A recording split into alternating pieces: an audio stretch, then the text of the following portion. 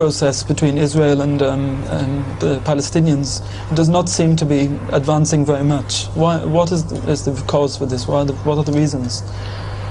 The reasons are evident. They don't want peace in the region as a whole, so that from time to time they will have excuse to attack some Muslim countries and enlarge their territories. This process is a continuous process. This is a process about which I predicted in my sermons during my comments on Gulf War. And I clearly mentioned this, that if I understand the Israeli mentality correctly, then they will always leave some excuse, some,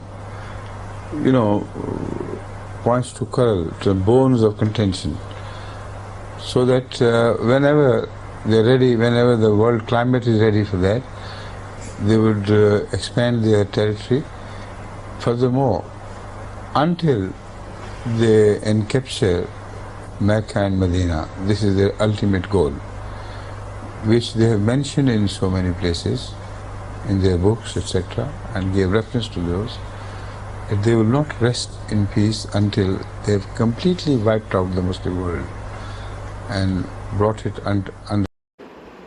அன்பிற்குரிய சகோதரர்களே, அஸ்ஸலாமு அலைக்கும் வரஹ்மத்துல்லாஹி வபரகாத்துஹு. அஹ்மதியா ஜமாத்தின் 4வது கலிஃபுல் மசீஹ் சையதுனா ஹஸ்ரத் மிர்சா தாஹிர் அஹ்மத் ரஹிமுல்லா தஆலா அவர்களிடம் இந்த கேள்வி கேட்கப்படுகிறது.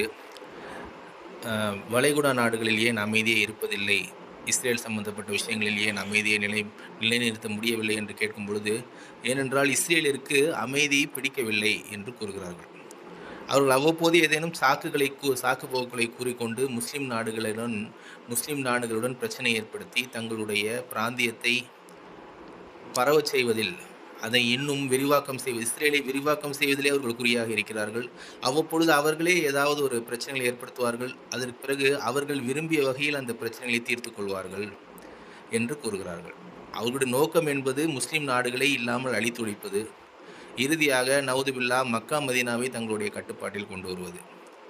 இதனை அவர்கள் தங்களுடைய பல புத்தகங்களில், பல இடங்களில் அவர்கள் இதனை வெளிப்படையாகவே வெளிப்படுத்தியிருக்கிறார்கள். ஹுசூர் கூறுகிறார்கள், நான் அவர்களுடைய மனப்பான்மையை சரியாக புரிந்து கொண்டேன் என்றால் அவர்கள் இந்த நோக்கத்தை அடையும் வரை அவர்கள் அமைதியாக இருக்க மாட்டார்கள் என்று ஹுசூர் கூறுகிறார்கள். ஆனால் இறைவன் அந்த நோக்கம் நிறைவேற முடியாமல் ஒரு மிகப்பெரும் மாற்றம் ஒன்றை கொண்டு வந்து தன்னுடைய வல்லமையின் மூலம் அவர்களுடைய நோக்கத்தை முழுமையாக நிலைகுலைய செய்வான், தோல்வியடை செய்வான் என்று ஹுசூர் கூறுகிறார்கள்.